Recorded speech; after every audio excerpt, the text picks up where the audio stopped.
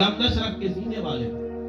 اور یاسین کے دندان والے، انک لمن المرسلین کی رسالت والے محبوب، میرے محبوب کریم علیہ الصلوۃ والسلام نے فرمایا پھر میں جنت کے دوسرے دروازے کے اندر داخل ہوا، میں نے جنت کی سیر کی تو میں نے اپنی امت کے بوڑھوں کو دیکھا، وہ جنت کے اندر سیر کر رہے ہیں، بوڑھوں کو دیکھا یا رسول اللہ، تو وہ سیر کر رہے تھے تو میں نے فرشتوں سے سوال کیا، میرے محبوب نے فرشتوں سے سوال کیا، یہ میری امت کے بوڑھے جو ہیں سفید داڑیاں ہیں، حالانکہ میرے محبوب مصطفیٰ علیہ الصلوۃ والسلام نے فرشتوں سے پوچھا یہ جو بوڑھے ہیں جن کی عمریں زیادہ ہیں، یہ فرشتے یہ جو سیر کر رہے ہیں یہ کون لوگ ہیں؟ میرے محبوب کریم علیہ الصلوۃ والسلام نے فرمایا، فرشتے کہتے ہیں کہ یہ جب یہ بوڑھے ہو گئے تھے تو انہوں نے اس وقت سبحان اللہ کا ورد بتا دیا تھا، اور یہ جو میں نے آیت کریمہ پڑھی ہے سبحان الذی اسری بعبدہ لیلا من المسجد الحرام الی المسجد الاقصی، حدیث شریف کے اندر آتا ہے، حضرت ابو ہریرہ رضی اللہ تعالیٰ عنہ حدیث کے راوی ہیں اور بخاری شریف کی حدیث ہے، اور ادھر میں بیٹھ کے ابھی کچھ دیر پہلے اس کی جو ہے نا میں پڑھ رہا تھا، جملہ مجھے ملا حدیث شریف سے، میرے محبوب کریم علیہ الصلوۃ والسلام نے فرمایا کہ جو بندہ سبحان اللہ و بحمدہ سبحان اللہ العظیم، جو کثرت سے یہ بندہ ورد کرتا ہے، اگر وہ جوان ہو یا بوڑھا ہو تو اللہ کی بارگاہ کے اندر جنت کے دوسرے دروازے سے داخل ہو جائے گا۔ اب جنت کے اندر تو سارے جوان ہوں گے، الحسن والحسین سید شباب اہل الجنہ، یہ حدیث کا فیصلہ ہے، لیکن حضور نے فرمایا کہ میری امت کے بوڑھے، مطلب کیا کہ ان کی عمریں تو زیادہ تھی لیکن بظاہر جوان تھے، کیونکہ جنت کے اندر بوڑھا انسان کوئی نہیں جائے گا، ہر جوان بندہ جائے گا۔ آئیے میرے محبوب کریم علیہ الصلوۃ والسلام نے پیغام دیا کہ اگر تم چاہتے ہو کہ کامیاب ہو جاؤ تو اس طرح کیا کرو کہ اللہ کا ذکر کثرت کے ساتھ کرو۔ آگے چل کر حضرت جابر رضی اللہ تعالیٰ نے حدیث کی راوی ہے، حضرت جابر فرماتے ہیں لجپال کریم آقا علیہ الصلوۃ والسلام نے فرمایا جنت کے اندر لوگ کھا رہے ہیں، پی رہے ہیں، عیاشی کر رہے ہیں، میرے محبوب نے سوال کیا یہ اتنا خوبصورت جو رزق ان کو رب عطا کر رہا ہے کیوں کر رہا ہے؟ تو اس وقت میرے محبوب کریم علیہ الصلوۃ والسلام نے جب یہ سوال کیا تو فرشتوں نے جواب دیا، یا رسول اللہ صلی اللہ علیہ وآلہ وسلم یہ دنیا کے اندر اللہ کی پاکی بیان کرتے تھے، سبحان اللہ، یہ ہم یہ سمجھتے ہیں یہ سبحان اللہ یہ کوئی عام سا جملہ ہے، حضرت جابر رضی اللہ تعالیٰ عنہ آپ فرماتے ہیں کہ رب کو اپنی بارگاہ کے اندر اگر ذکر میں سے کوئی سب سے اعلیٰ ذکر پسند ہے تو وہ سبحان اللہ پسند ہے، سبحان اللہ پسند ہے۔ حضرت جابر فرماتے ہیں کہ اگر کسی شخص کے سمندر کے جھاگ کے برابر گناہ ہو، سمندر کی جھاگ کے برابر گناہ ہو، تو میرے محبوب کریم علیہ الصلوۃ والسلام نے فرمایا کہ اگر کوئی شخص دل سے سبحان اللہ کہہ دے، اللہ کو پاک کہہ دے، تو اس وقت اللہ کریم اس کے سارے گناہوں کو معاف فرما دے گا۔ سبحان الذی 15واں پارہ اور پہلا جملہ ہے سبحان الذی،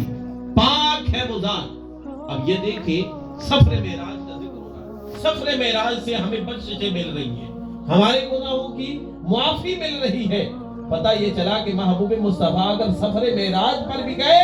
اپنے اللہ سے ملاقات کے لیے گئے تو اپنی امت کا درد رکھتے ہوئے گئے۔ آئیے میرے محبوب کریم علیہ الصلوۃ والسلام کے غلام، ایک اور حدیث ہے، حضرت ابو بکر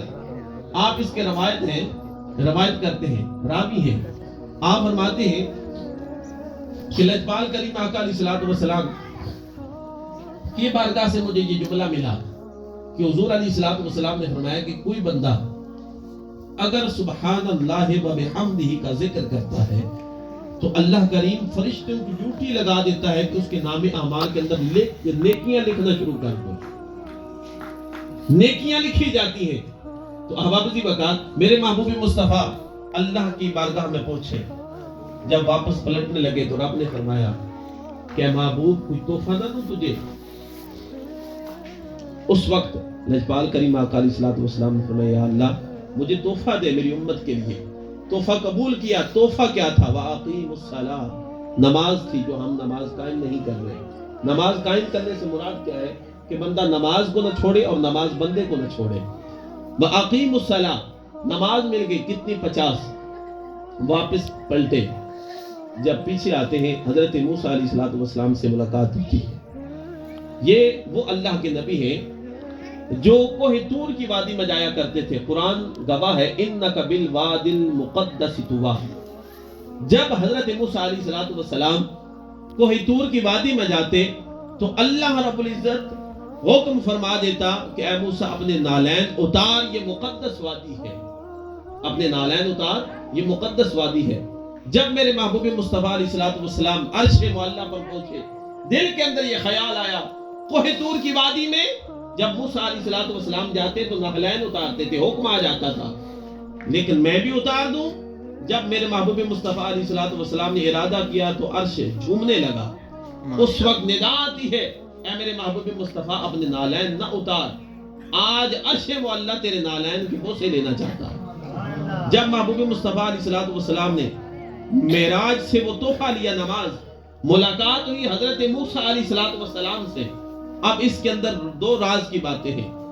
پہلی راز کی بات یہ ہے کہ حضرت موسیٰ علیہ السلام ساری زندگی جب کوہ طور کی وادی میں جاتے تو عرض کرتے مولا مجھے اپنا دیدار کروا دیدار نہیں ہوتا ایک دفعہ ضد کی تو رب نے فرمایا اچھا بڑا شوق ہے تھوڑی سی نور کی تجلی ڈالی تو موسیٰ علیہ السلام بے ہوش ہو کے گر گئے اس کے اندر یہ جملہ ملتا ہے کہ حضرت موسیٰ علیہ السلام درمیان میں کیوں موجود ہے 50 نمازیں کیوں عطا ہوئی اس کے اندر پہلی راز کی بات یہ ہے کہ اس وقت جو اللہ کا نور تھا جو روشنی پڑی تھی جو اللہ کی طرف سے کوہ طور کی وادی پر حضرت موسیٰ علیہ السلام تاب نہ لا سکے تو اس وقت یہ حسرت تھی کہ میں اللہ کے نور کو دیکھوں جب چہرہ مصطفیٰ پر اللہ کا نور پڑا وہاں سے جو روشنائی حاصل ہوئی تو اس وقت میرے محبوب کریم علیہ السلام جب واپس آتے ہیں تو درمیان میں حضرت موسیٰ علیہ السلام کہ آپ کی امت 50 پڑھ لے گی جو آج 5 نہیں پڑھ رہے 50 پڑھ لے گی اب واپس جائے کم کروائیں کرتے کرتے 5 کم ہوئی 5 کم ہوئی 5 کم ہوئی علماء لکھتے ہیں کہ اس کے اندر راز یہ تھا کہ جب میرے مصطفیٰ اللہ کی بارگاہ میں جاتے تو رنگ چڑھتا جاتا نور چڑھتا جاتا اور وہاں پر حضرت موسیٰ علیہ السلام اس نور کی زیارت کرتے سبحان اللہ اس لیے وَأَقِيمُ الصَّلَاةَ یہ عام تحفہ نہیں ہے یہ اللہ کی بارگاہ سے میرے محبوب مصطفیٰ علیہ السلام خود لے کر آئے اور آج ہم اس کو عام سمجھتے ہیں ہمیں ساری باتوں کا علم ہے کہ ہم نے گھر کے اندر زمینداری کیسے کرنی ہے